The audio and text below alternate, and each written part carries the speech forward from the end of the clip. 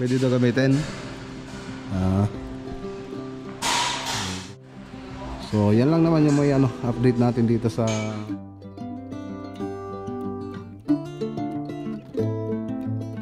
isang 1 week na yata itong mga boss ang gamit ko. Hindi naman na nagloko yung battery.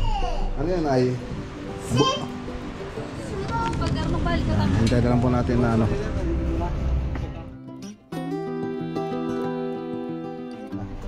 so 1 horsepower lang siya.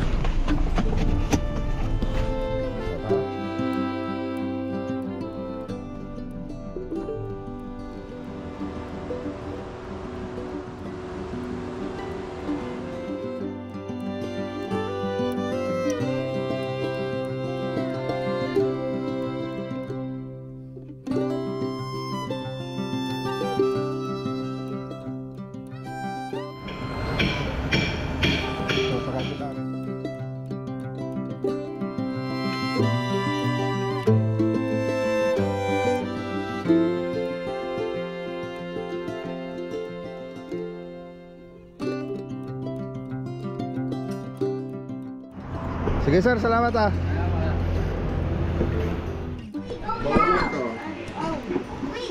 Wow, sarap ng pagkain Pinuntahan natin nung nakaraan. Yun yung palamig muna kami sa 7-Eleven habang inintay siya. Hindi niya alam kasi na tagot tayo lang.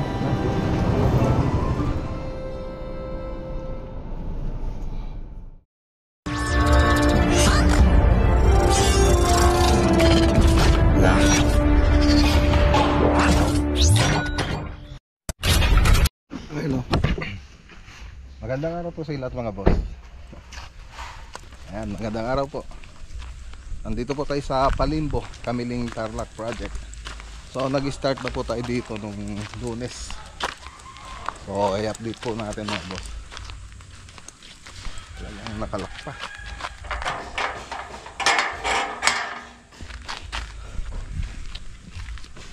So pakita natin yung mga nagawa na nila.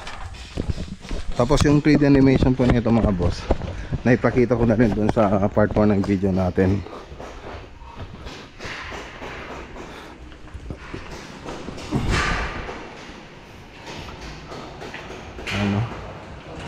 Laser level.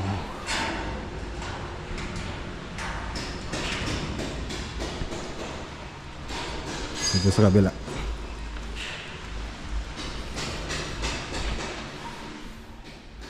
So inuna na po natin itong malalaki.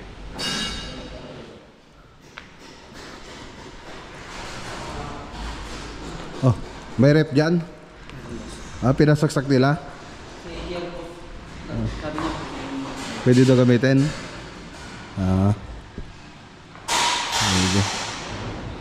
So ito po yung kitchen nila. So malaki-laki po yung kitchen nila pag makikita nyo doon boss sa 3D animation. Tapos dining. Tapos mga kwarto 1, 2, 3, 4 5, pang 5 ito. Itong master hallway nila, ang laki rin. Kung tutuusin, pwede ka na rin magkwarto dito 1, 2, 3, 4. So parang 4 na kwarto pa to kung gagawin mong kwarto. Itong hallway nila, laki ng bahay. So yung nag-deliver nga dito, hindi sila makapaniwala na bakit ang daming board. 160 na board yung in-order natin. Bungalow lang daw yung di-deliveran, kahit ang dami ng board na i-deliver. Nung nakita nila dito, ayun, naniwala na sila na malaki yung project natin. So andito na rin yung mga metal frame. Huwag niyong gagamitin to Jera. Hindi sa atin ito.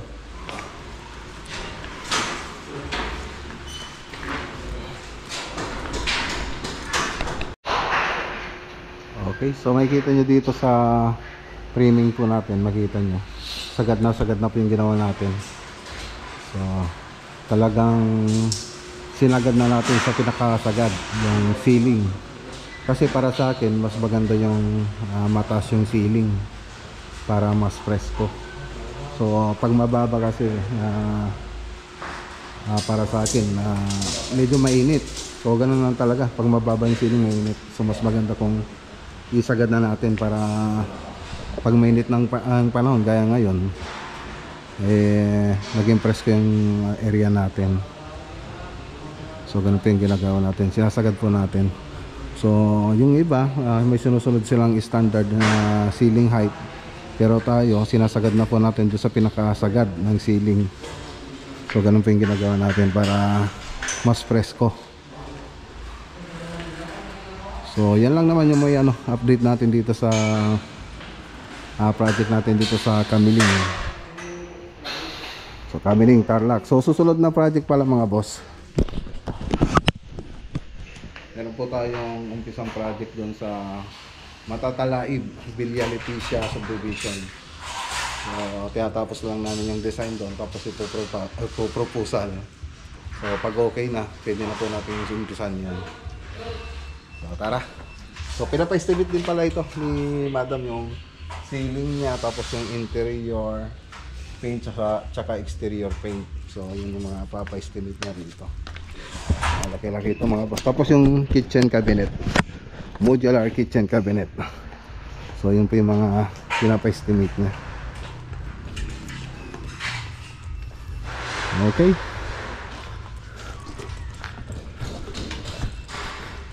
So tara. So ito yung isang iniisip ko rito. Ang ingay ng di ko alam kung mulye o yung spring. So gusto kong ibalik sa gumawa. So tara.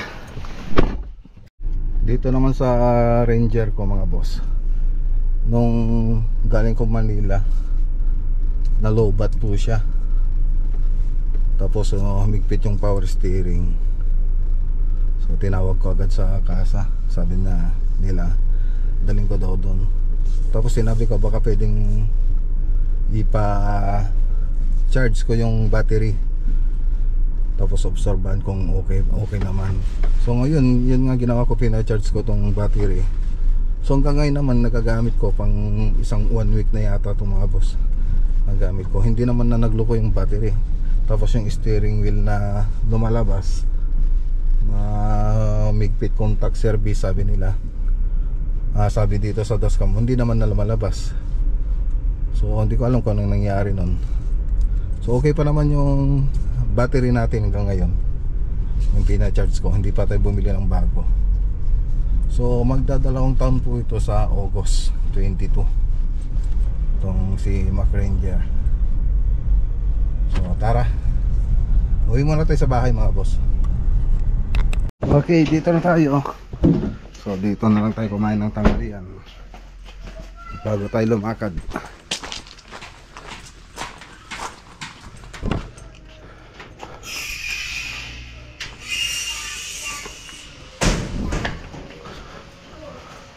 Hi yan. Hi kuya. Hi. What are you doing? Tinan mo. Wow, Titanic yan ah. Ano yan ay? Small Titanic? Small ship. Okay. Kiss mo ako, Garot. Kiss. Bilis.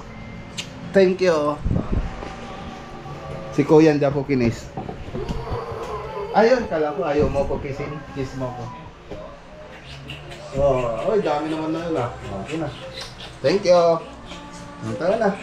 Thank you. You're welcome. 2,000 years later. Ayun o. Nandito nga pala tayo sa Dao Marina Arcade. Nandito tayo sa pwesto ni LCL Tool Set. Yan, gumawa po tayo ng best pa air compressor 1 horsepower, 14,500. Hintay na lang po natin na na i-deliver dito sa shop para may karga na sa pick up.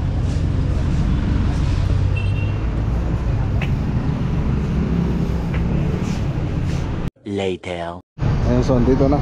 So na-testing na rin namin kanina. Nakalimutan kong ipakita. Sir, Vespa.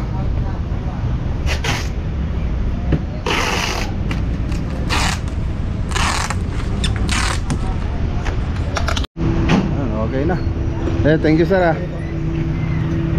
So tara. So best pa yung tatak ng kinuha natin. Sige. So maganda daw yung best pa. Pero 1 horsepower lang yung kinuha nating compressor. So medyo mahal kasi yung ibang ano, yung 2 horsepower may kamahalan. So yan 14,500 na. So 1 horsepower lang siya. So tara. Punta naman tayo sa ano, Arsenal. Pagitan natin tong sasakyan. Pa-check natin yung ingay.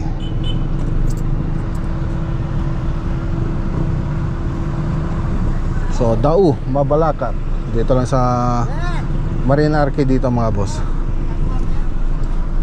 Okay, thank you. Okay. So yan, dito tayo sa Arsenal mga boss. So galing na rin tayo ng Dau. Dumaan na po tayo rito. So pa-check natin yung maingay.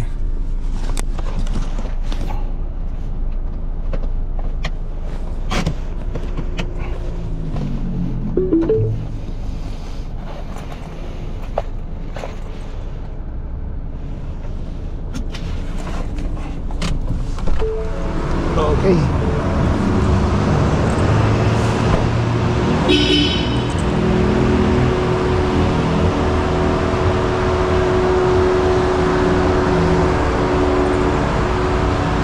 Multan yata.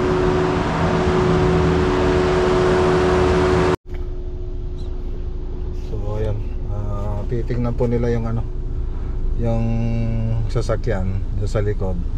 Sinabi ko yung problema, sinecheck naman nila. So sabi kasi nila nung last na punta ko rito, langisan lang yung mulye. So ngayon puro langis na, kaya lang maingay pa rin. Maingay pa rin yung ano, mulye natin. Ay yung likod ng part ng ano, doon sa may nilip nilang banda. Ewan ko lang kung sa may suspension yan o doon sa mulye. So yun po yung checkin nila. I-reset ko sir.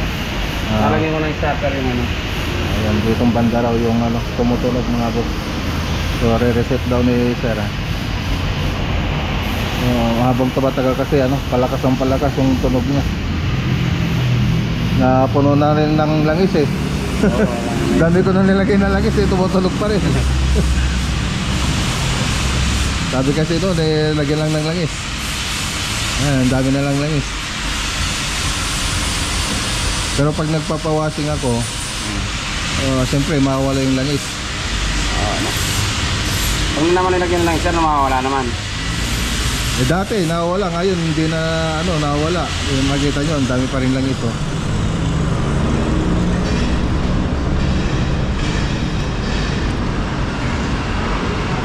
Ayusin lang nila mga boss. Okay, i-reset daw nila. Ito yung nilagay sa ano, mulye. Parang ganito. Parang bilis.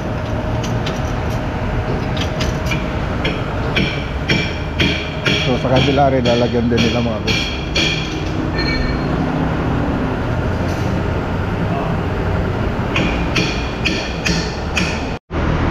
Okay na mga boss. So pinagpalit na rin po nila yung mga ano, mga gulong niya. Yung nasa harap nilagay po sa likod. Yung sa likod na nilagay sa harap. Okay na siya. So obserbahan natin mga boss kung meron pa tayong maririnig.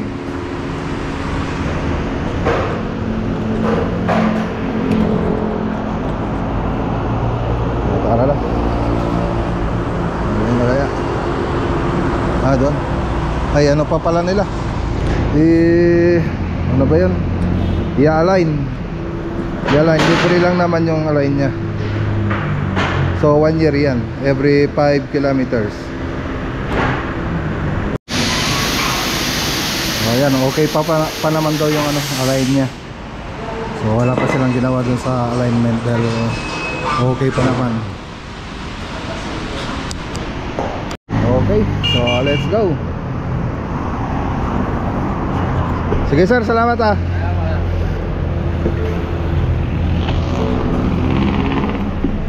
Okay, tara. 2,000 years later. Ayan o, dito na tayo. 6:54. So mag alas 7 na. Ginabi po tayo mga boss.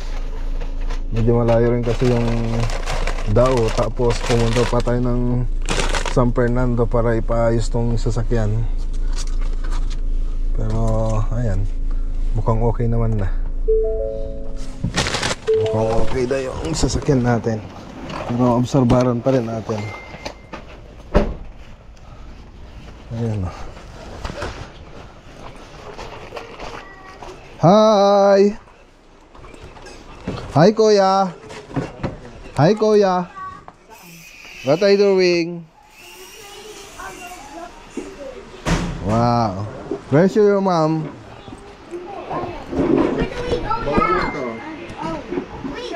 Wow! Sarap ang pagkain ah. Inabraw mga boss oh. Inabraw. Gusto mo ng sabaw? Inabraw. Hi Ian! Oh, we're going. Hi Ian! Hi sabi ko. Hi! Busy ah.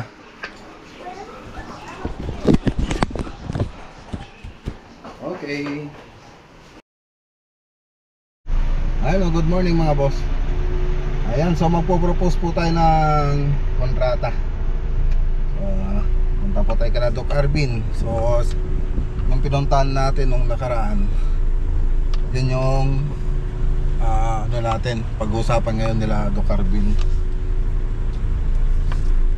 So, natapos ko na rin yung drawing niya. So, okay na. Pati 3D animation niya mga boss, natapos ko na rin. So yun yung pong pupunta natin ngayon. So andun na sila architect. So ni-forward ko na rin kila architect yung drawing natin mga boss. So let's go. Kita-kita na lang kami ng architect sa site. Ano. So may meeting pala si si Doc Arvin. So palamig muna kami sa 7-Eleven habang hinihintay siya. Hindi niya alam kasi napupunta kami ngayon dito.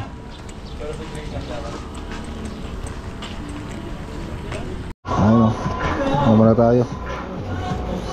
Palabig.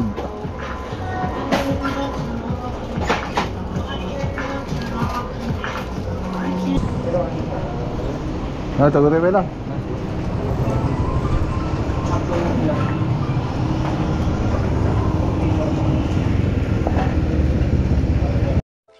Thousand years later. Okay, so ayan oh.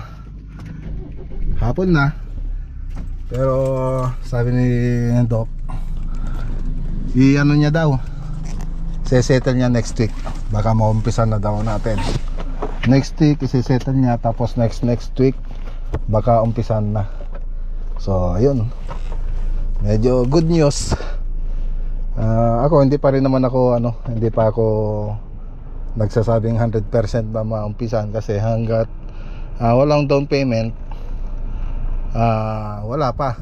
Hindi ko pa sinasabing sigurado na. So mag-down dapat maano pa natin yung down payment bago natin sabihin na 100%. Okay. So tara.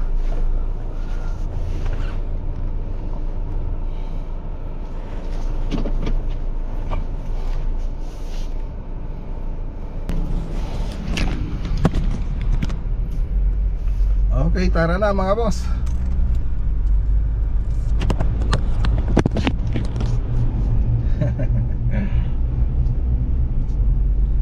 Sana yun, sana maumpisan po natin para may bagong project at may matatrabaho yung mga tropa natin. Yan. Siyempre para may pakita na naman tayo sa vlog na mapapagandang bahay, para magkaroon po ng idea mga nagpapabahay dyan. Siyempre sa mga gustong gumawa ng ganitong mga project, magkaroon sila ng idea. So ayan mga boss, maraming salamat nga pala sa mga laging sumusuporta sa ating channel. Sa mga nagko-comment dito sa YouTube, ayan, lagi ko po kayong binabasa. Yan, maraming salamat po. Pagpasensyahan nyo lang po na hindi ako nakapag-reply kagad. Pero lahat naman yan ay nababasa ko. Tapos nire-reply naman po natin. So ayan mga boss, kita-kita po tayo sa susunod na vlog. Magandang araw po sa inyo lahat. At God bless.